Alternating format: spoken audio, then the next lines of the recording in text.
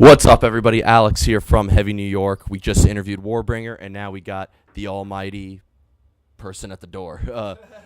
We got the how's it going? We got the almighty Striker here from Canada.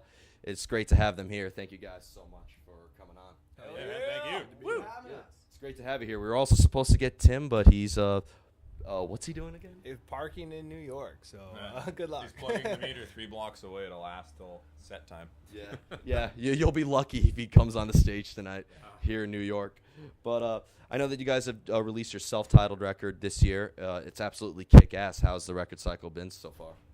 So far, so good. This is probably the busiest year we've ever had so far. Yeah, especially with touring and stuff. And yeah, this is our first major tour supporting this album. Or were we on Sonata Arctica? it was like halfway. Yeah, we were kind of on tour with Sonata when it came out.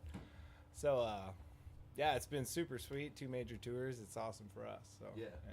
That'll be awesome. And, I mean, you guys, it's funny because I've listened to you guys, and you guys definitely have, like, a good hard rock sort of spectrum and you know, heavier stuff, but, like, you know, you guys remind me of good old classic rock and roll and stuff like that. But yet, I know that you've toured with heavier bands like Critopsy, and now you're here with Dark Tranquillity and stuff like that. So, how different of a reaction do you notice your band gets depending on the bills that you're on? It's pretty noticeable. I think it depends. Like, usually in the heavier crowds, we find that a lot more people buy merch. I think, like, there's a lot of people who got into metal, you know, with like classic metal, classic rock and stuff, and then you eventually sort of you acquire a taste for heavier and heavier stuff. So I feel like a lot of people who come to the shows with the really heavy bands still have an appreciation for classic stuff like Iron Maiden and everything like that. So, the reception's usually pretty good. I mean, there's always some people who are like, "This isn't my thing," but whatever. Yeah, That's how it goes. Now, with this new self-titled record, were you trying to kind of make like a follow-up to the previous records like City of Gold and stuff like that, or were you trying to kind of do something fresh? I've noticed when a band does like a self-titled record, like in the middle of their career, like I noticed Avenged Sevenfold kind of did that. They like make that, or like Suicide Silence, they always make like the self-titled one like a very significant like point in their career. So I was just curious.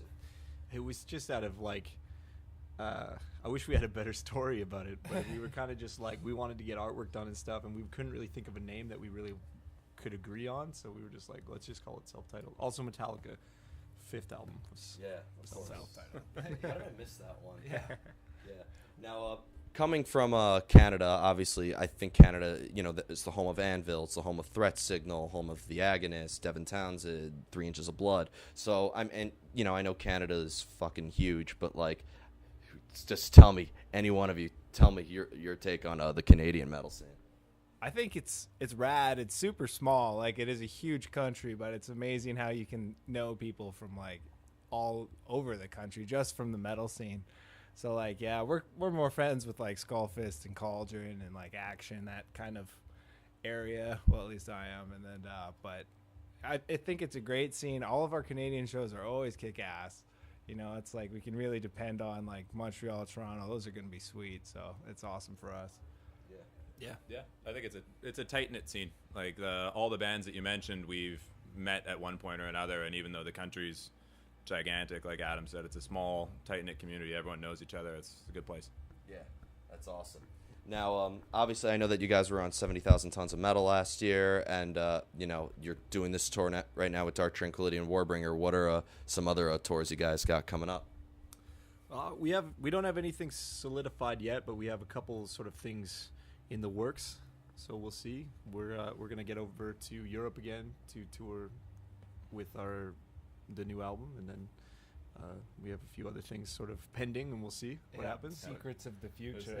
Nothing we're allowed to put out right now. Nothing you're allowed to say. Everybody listening, they're going to tell me off air, so I'll know before all you guys, right? Right? Sure, man. Right. So I want to truly thank you guys so much for coming on to Heavy New York. It's great to have you here. So everybody, we got Striker here opening up for Dark Tranquillity and Warbringer. Be sure to pick up their new self-titled record. It came out this year, and it is absolutely kick-ass. Catch them on their tour with Dark Tranquillity and Warbringer. You do not want to miss it. Alex from Heavy New York, everybody.